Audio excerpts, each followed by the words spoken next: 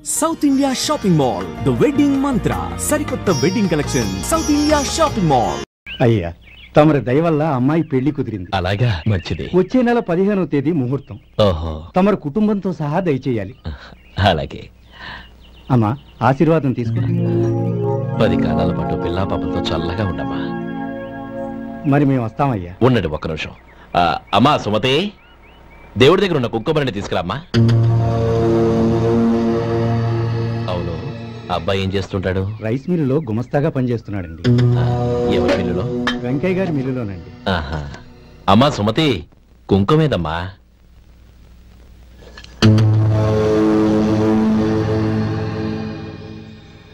అన్నయ్య,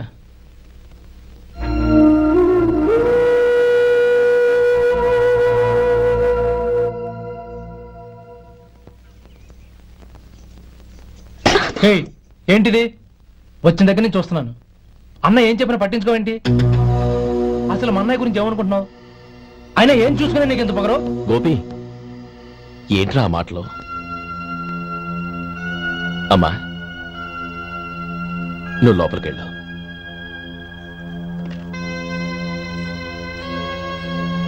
రే గోపి, కొత్త కదరా, ఎందుకలా కంగారు పెడతావు?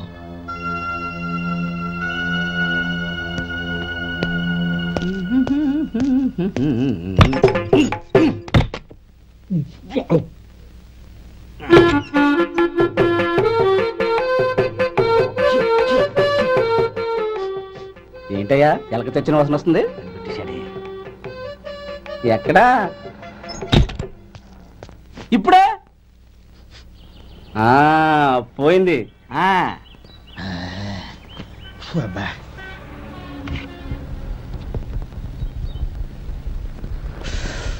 ఏమయ్యా కాలు ఇలా ఊగుతూ ఉంటే టిఫిన్ ఎలా చేసేది? నా కాలు ఊగడానికి నువ్వు టిఫిన్ చేయడానికి ఏంటి సంబంధం? నేనంటుంది నీ కాలు గురించి కాదయ్యా, మరి ఈ కాలు గురించి. ఆ ముక్క ముందే చెప్పొచ్చుగా.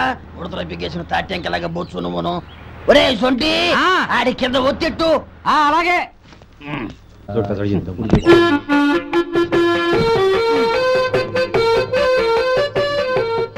ఇప్పుడు ఓకే.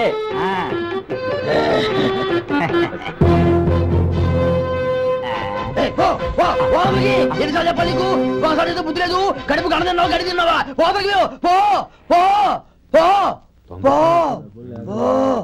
అబ్బా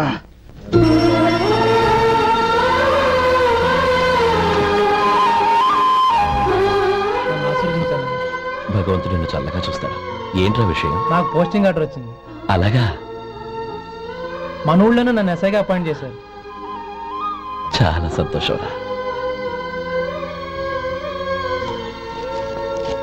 అన్నయ్య, నాకు కాదురా, ముందు మీ ఆవిడికి పెట్టావు. ఇదంతా అమ్మాయి దృష్టం. నీకు ఉద్యోగం రావాలని ఎన్ని నోములు నోచిందో, ఎందరు దేవుళ్లకు మొక్కిందో. వెళ్ళి మీ ఆవిడికి పెట్టావు. ఏంటమ్మా ఇది? నా మొహం చూస్తే ఎలాంటి పనైనా నాశనం అయిపోతుందని, నేను నష్ట జాతకురాలని మా నాన్న ఎప్పుడు అంటుండేవారు. అదే నా మనసులో నాటుకుపోయింది. ఆ రోజు మీరు కుంకుమ భరిని అడిగినప్పుడు శుభమా అంటూ పెళ్లి చేసుకోబోయే ఆ పిల్లకి నా చేతులతో కుంకుమించానంటే ఎక్కడ శుభం జరుగుతుందోనని భయపడ్డానండి. అందుకేనండి మీరు బయటకు వెళ్తూ గొడుగు అడిగినా ఇవ్వకపోవడం, ఎవరు రాకపోవడం.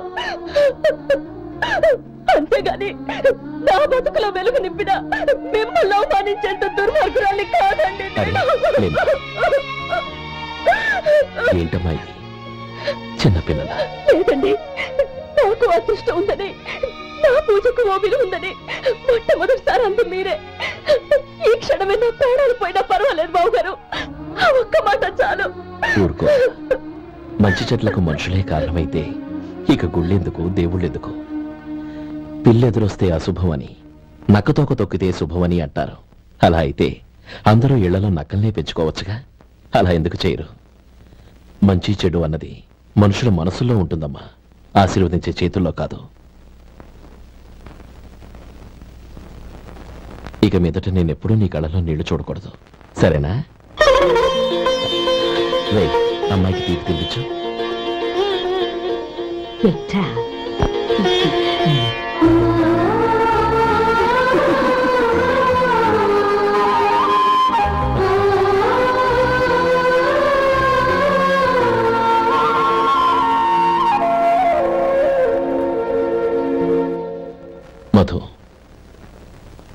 చిన్నప్పుడు నేను ఒక్కడనే కష్టపడుతున్నానని, నాకు సాయంగా ఉండాలని చదువు అవ్వలేదన్న వంకతో చదువు మానేశావు. ఇప్పుడు నీ తమ్ముళ్ళిద్దరూ అభివృద్ధిలోకి వచ్చారు. మరుదులిద్దరికీ మంచి ఉద్యోగాలు వచ్చాయి. తన భర్త మాత్రం అలాగే ఉన్నాడని నీ భార్య బాధపడదు.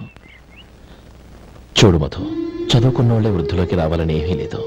కృషి పట్టుదల ఉంటే ఎవరైనా ఏదైనా సాధించొచ్చు. నీకు తెలివితేటలున్నాయి. నువ్వు తలుచుకుంటే కానిదంటూ ఏదీ లేదు. పైగా నీకు సాయిగా మేమందరం ఉన్నాం.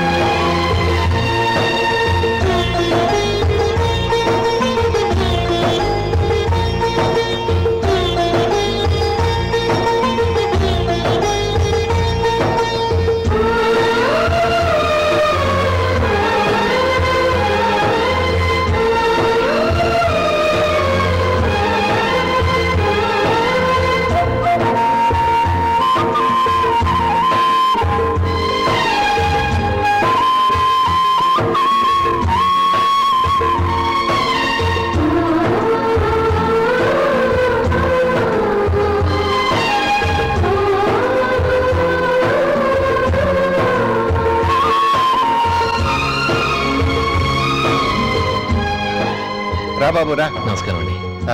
వచ్చే వారి నుంచి 100 పచ్చడి బాటిళ్లు, 100 మసాలా ప్యాకెట్లు ఎక్కువేయండి. అలాగేనండి. మార్కెట్ లో మీ ప్రొడక్ట్స్ కి మంచి పేరు వచ్చింది. చాలా సంతోషం అండి. వస్తానండి. Best of luck.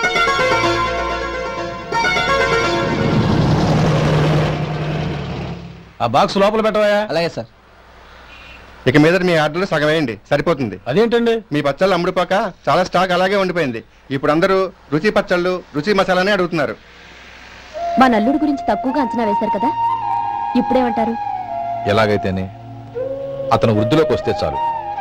వాళ్ళు బాగుంటే నాకు సంతోషమేగా. ఎవడ్రా వాడు? ఇన్నాళ్ళుగా వ్యాపారం చేస్తున్నాను, నిన్నగాక మొన్న వచ్చినోడు వాడు నాకు పోటీయా? వాణ్ణి పెరగనివ్వకూడదు. వాణ్ణి ఇక్కడికి రప్పించండి, నేను మాట్లాడతాను.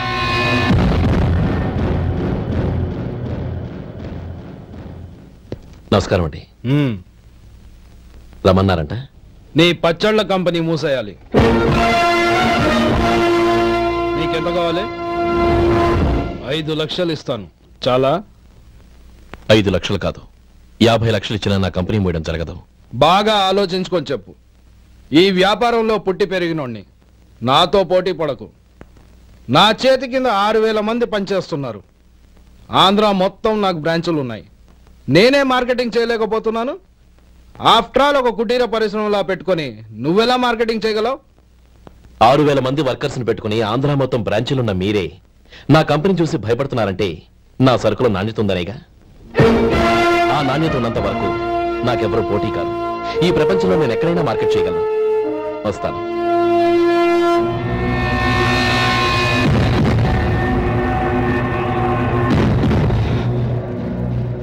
ఇక్కడ ఏం లేదండి. ఇక్కడ ఏం లేదండి.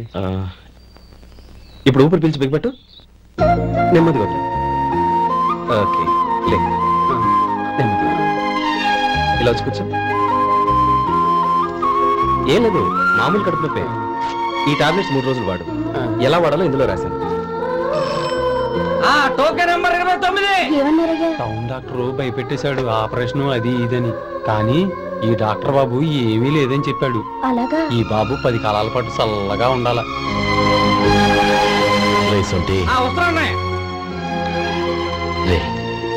భగవంతుడి దయ వల్ల తమ్ముడు హస్తవాసి మంచిదని అప్పుడే పేరొచ్చిందిరా. తమ్ముడిని దగ్గరుండి జాగ్రత్తగా చూసుకో. పని హడావుల్లో పడి వేళకి భోంచేయడము.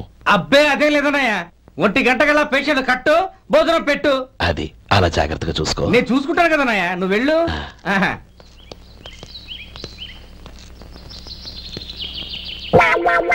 అయ్యో ఏంటయ్యా ఉంటున్నాడా ఈ దెబ్బలు? ఏదైనా యాక్సిడెంటా? అదేం కాదండి, మరి గోరు కొరికినందుకు ఎలక్ట్రిక్ స్తంభాన్ని కట్టేసి ఇలా రక్తం వచ్చేలా కొట్టారండి. ఊరు కొరికినందుకు ఎలక్ట్రిక్ స్తంభాన్ని కట్టేసి ఇంతలా కొడతారా? వాళ్ళతో మనుషులా రాక్షసులా? చాలా థ్యాంక్స్ అండి, కనీసం మీరైనా అర్థం చేసుకున్నారు. వాళ్ళు అర్థం చేసుకోలేదండి.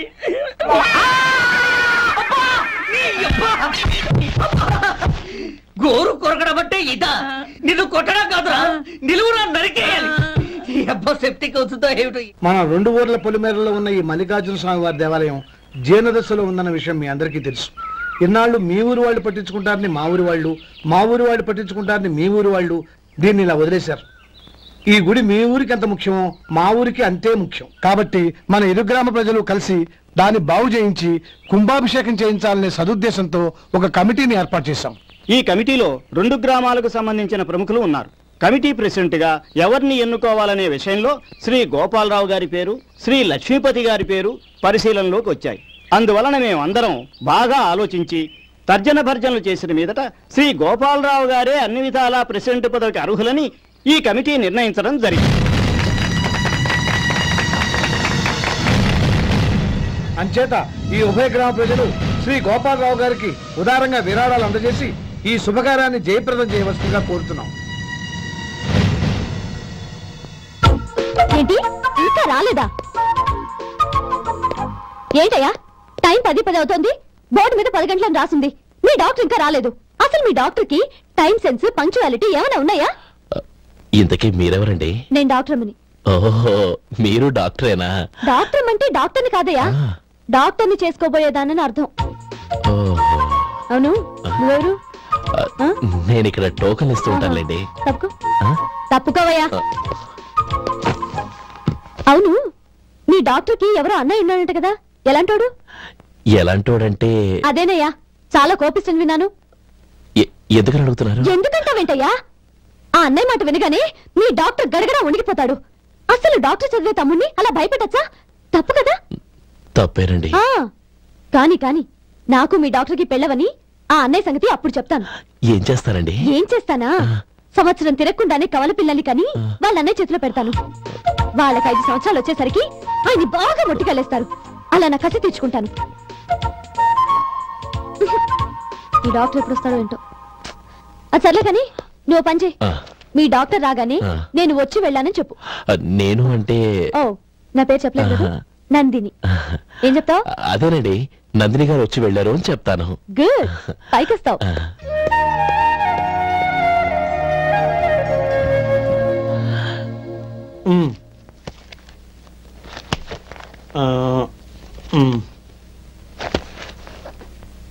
దీంతో మొత్తం 4,98,200 అయ్యాయి. పోతే నువ్వు ఇచ్చినంత ఇవ్వలేకపోయినా ఈ దైవకార్యానికి నా వంతు చందా 1800. దీంతో మొత్తం 5 లక్షలు పూర్తయ్యాయి.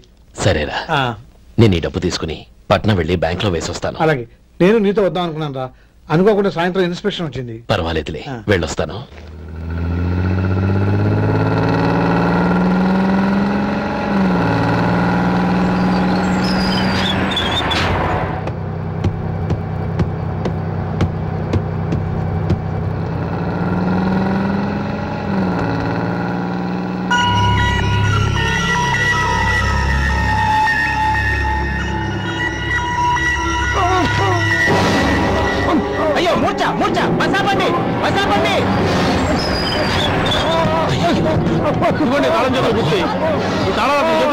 వీటి వల్ల ప్రయోజనం లేదు. 4 ఖర్చుకోకుండా పళ్ళ మధ్య పెట్టడానికి గట్టిగా అది ఉంటే ఇవ్వండి.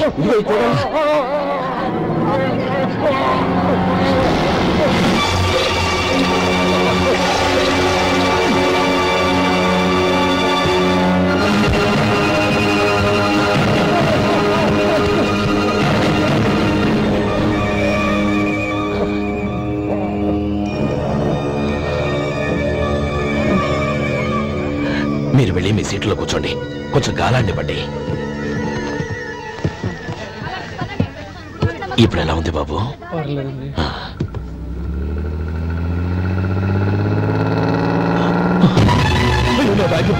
నా బ్యాగ్ ఎవరైనా చూసారా? అందులో 5 లక్షలు ఉన్నాయి.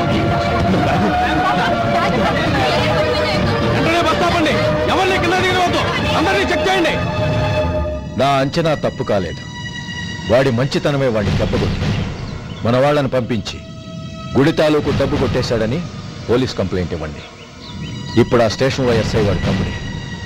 వాడే వెళ్ళి వాడి అన్నయ్యని అరెస్ట్ చేసి వీధుల్లో నడిపించుకు తీసుకురావాలి. అది నేను కళ్ళారా చూడాలి, మనసారా సంతోషించాలి. అయ్యా గోపాలం గారు, గోపాలం గారు, మీరు దేవస్థానం సొమ్ము దొంగిలించారని ఎవరో పోలీస్ కంప్లైంట్ ఇచ్చారంట. మిమ్మల్ని అరెస్ట్ చేయడానికి మీ తమ్ముడు గారు వస్తున్నారు.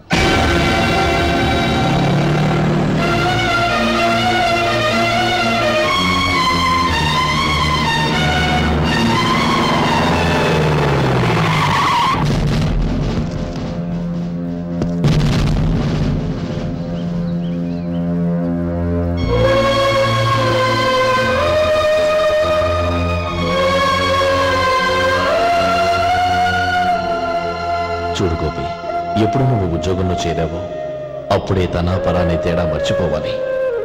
నేరం చేసిన వాడు నీ తమ్ముడైనా అన్నైనా సరే శిక్షించాల్సిన బాధ్యత నీది. అదే నువ్వు నీ ఉద్యోగానికి ఇచ్చే గౌరవం.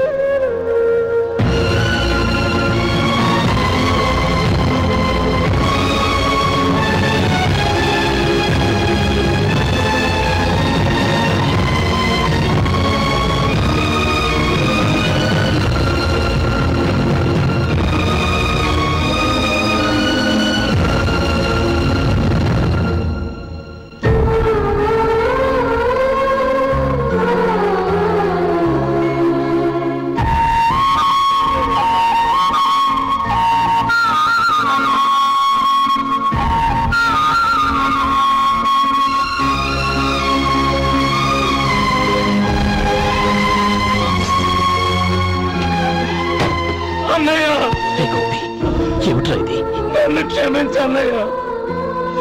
నేను కోరి ఉద్యోగులు చేతులు మాట్లాడుతున్నాయి, కానీ ఇలాంటి పరిస్థితి ఎదురవుతుంది అనుకోలేదు. నా ఒంట్లో ప్రతి రక్త పట్టు నీ భిక్షానన్నయ్య. నిన్ను అవమానపరిచి ఉద్యోగం నిలబెట్టుకునే బదులు నా ప్రాణాలను వదులుకుంటారు, కానీ ఈ పని మాత్రం నేను చేయలేనన్నయ్య.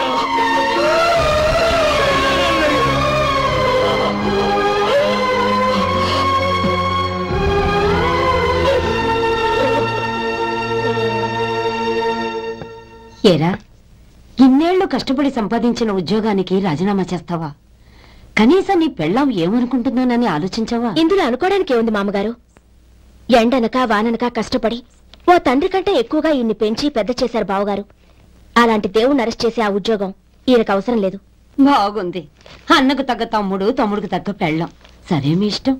నానమ్మ, అన్నయ్యడి. నమస్కారం అండి. ఓ నువ్వా? రా కూర్చో. పర్వాలేదండి. ఏంటి ఇలా వచ్చావు? ఆ రోజు నా కంపెనీని మూసేయమన్నారు. ఇప్పుడు నేను మూసేయడానికి సిద్ధంగా ఉన్నాను. దానికి ప్రతిఫలంగా నాకు 5 లక్షలు కావాలి. అలాగే, నీకు కావాల్సిన 5 లక్షలు నేను ఇస్తాను. చాలా థ్యాంక్స్ అండి. కానీ మీరు మీ కంపెనీని మూసేయక్కర్లేదు. సార్? అవును మిస్టర్ మధు, మీ అన్నగారికి జరిగిన అన్యాయం గురించి తెలుసుకున్నాను. మీ కుటుంబం గురించి కూడా విన్నాను. సహజంగా అందరూ ఐకమత్యానికి ఉదాహరణ రామలక్ష్మణులు అంటారు. కానీ ఆ రామలక్ష్మణులు ఎలా ఉంటారనేది పుస్తకాల్లో చదవడం తప్ప ఎవ్వరూ చూడలేదు. మీ అన్నదమ్ములను చూస్తే ఆ రామలక్ష్మణులు ఇలాగే ఉండేవారేమో అనిపిస్తుంది. అలాంటి కుటుంబానికి ఇలాంటి ఇబ్బంది రావడం నిజంగా దురదృష్టం. రామునికి హనుమంతుల్లా కాకపోయినా ఏదో వృత్తభక్తిగా నా వల్ల వీలైన సహాయం ఈ 5 లక్షలు తీసుకో. మీ కంపెనీ పేరు మీదే అన్ని సరుకులు తయారు చేయండి. నేను వాటిని ప్రపంచమంతా మార్కెటింగ్ చేస్తాను. సార్, మీ రుణం ఉంచుకోను, తొందరలోనే తీర్చేస్తాను. స్నేహితుల మధ్య రుణాలేంటి మధు? We are friends.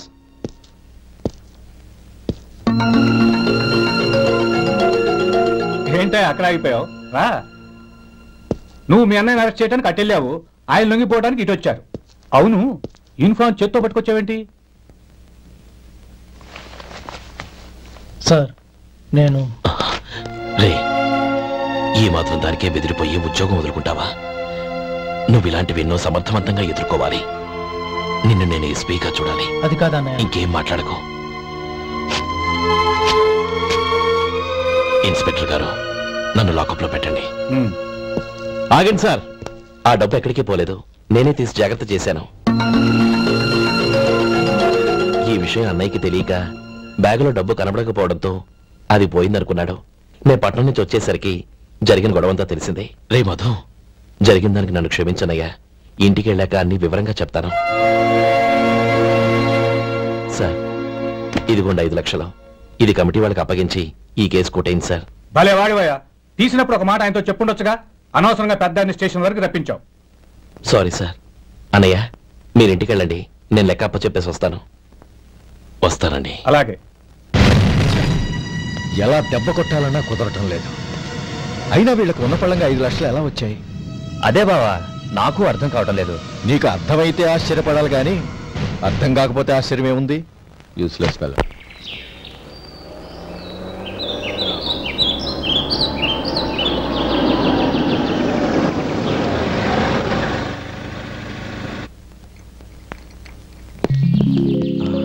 నువ్వు ఇక్కడే ఉండు.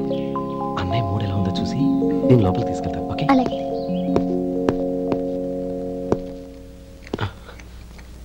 అన్నయ్య, ఏంట్రా? నేను చాలా రోజుల నుంచి నీకు విషయం చెప్తున్నాను, గుర్తుందా? ఏ విషయం? అదే అన్నయ్య, నేను ఓ అమ్మాయిని లవ్. ఓహో, లవ్ చేస్తున్నావా? ఆ విషయం నువ్వు నాకెప్పుడు చెప్పావురా? ఊళ్ళో అందరూ అనుకుంటుంటే నేను విన్నాను. సారీ అన్నయ్య, నీకు చాన్నాళ్ళుగా చెప్పాలనుకుంటున్నాను కదా, అందువల్ల చెప్పేశానేమో అనుకున్నాను. ఓహో, ఆ అమ్మాయి వచ్చిందన్నయ్య, బయట నిలబడి ఉంది.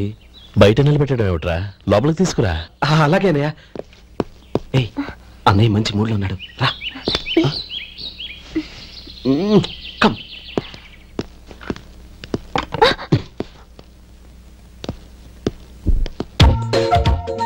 ఎందుకంటావేంటయ్యా? ఆ అన్నయ్య మాట వినగానే మీ డాక్టర్ గడగడ వణికిపోతాడు. అసలు డాక్టర్ చదివే తమ్ముడిని అలా భయపెట్టచ్చా? తప్పు కదా? తప్పేనండి. నమస్కారం. అదేంట్రా, మనిషో పక్కనుంటే నమస్కారం ఇంకో పక్కన ఉంది? అది మర్యాద అన్నయ్య, మర్యాద. ఆహా, అవును, నీ పేరేంటమ్మా? నందిని. ఆ, నందిని. నందిని అన్నయ్య. ఏ, ఆ మొక్క తను చెప్పలేదా? పెద్దలంటే మహాగౌరవం అన్నయ్య. మేమిద్దరు ఇంత క్లోజ్ ఫ్రెండ్స్ కదా, ఆయన నాతో కూడా ఎక్కువ మాట్లాడదు. ఓహో, కదా? నాకు మీ డాక్టర్కి పెళ్ళవని, అప్పుడు అన్నయ్య సంగతి చెప్తాను. ఏం చేస్తారండి? ఏం చేస్తానా? సంవత్సరం తిరగకుండానే కవల పిల్లలు కని వాళ్ళ అన్నయ్య చేతిలో పెడతాను. వాళ్ళకి 5 సంవత్సరాలు వచ్చేసరికి ఆయన్ని బాగా ముట్టిగలేస్తారు. అవును, అమ్మాయి మోహం చూడకుండా నిర్ణయం తీసుకోనరా? తలెత్తు. ఏం చెప్తావు? అదేనండి, నందిని గారు వచ్చి వెళ్ళారని చెప్తాను. గుడ్, పైకి వస్తావు. ఈయన మీ అన్నయ్య? అవును. నందిని, ఏమైంది? ఎందుకు ఏడుస్తున్నావు?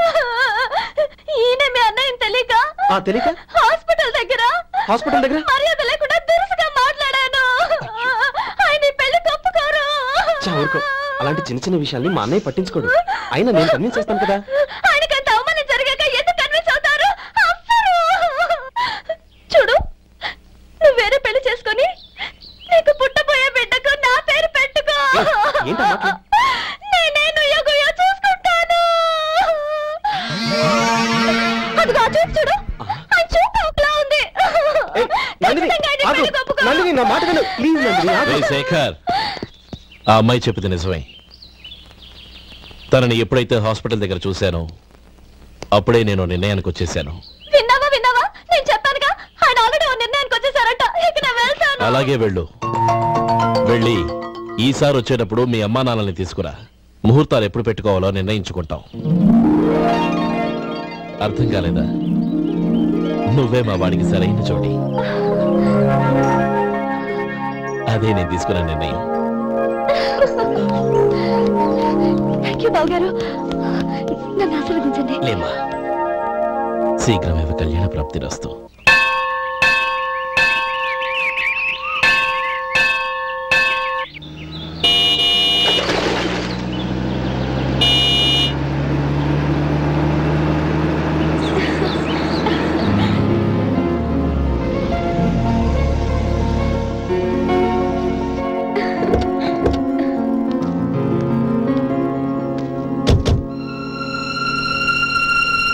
రామా.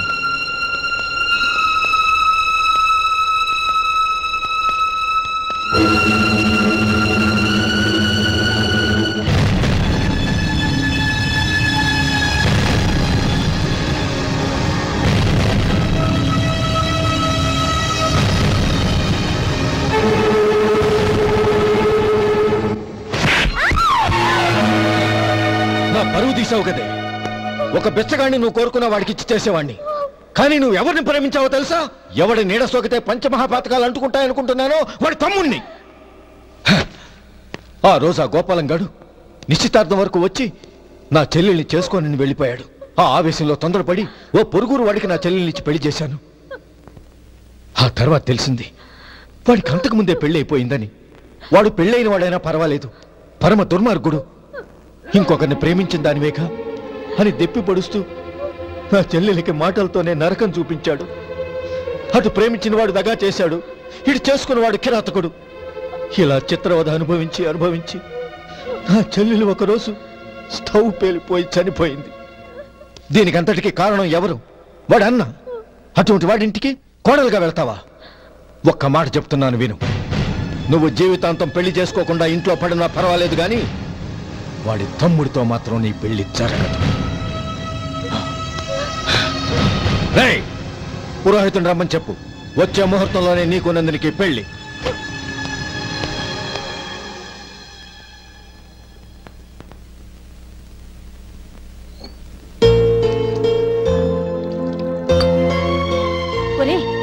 అదేంట్రా ఒక ముద్దైనా తినకుండా చేయగడిగేశావు? నాకు ఆకలి కాలేదు నానమ్మ.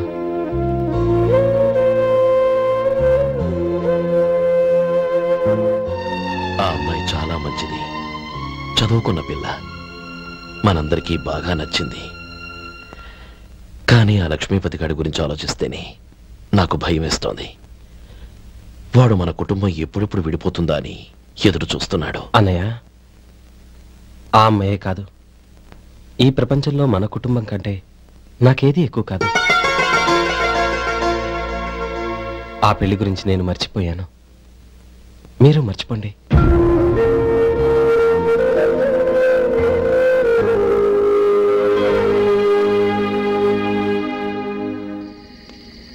శేఖర్, నువ్వా? ఏంటి ఈ టైంలో వచ్చావు? నీతో ఓ విషయం మాట్లాడాలి, ఒకసారి బయటకు వస్తావా?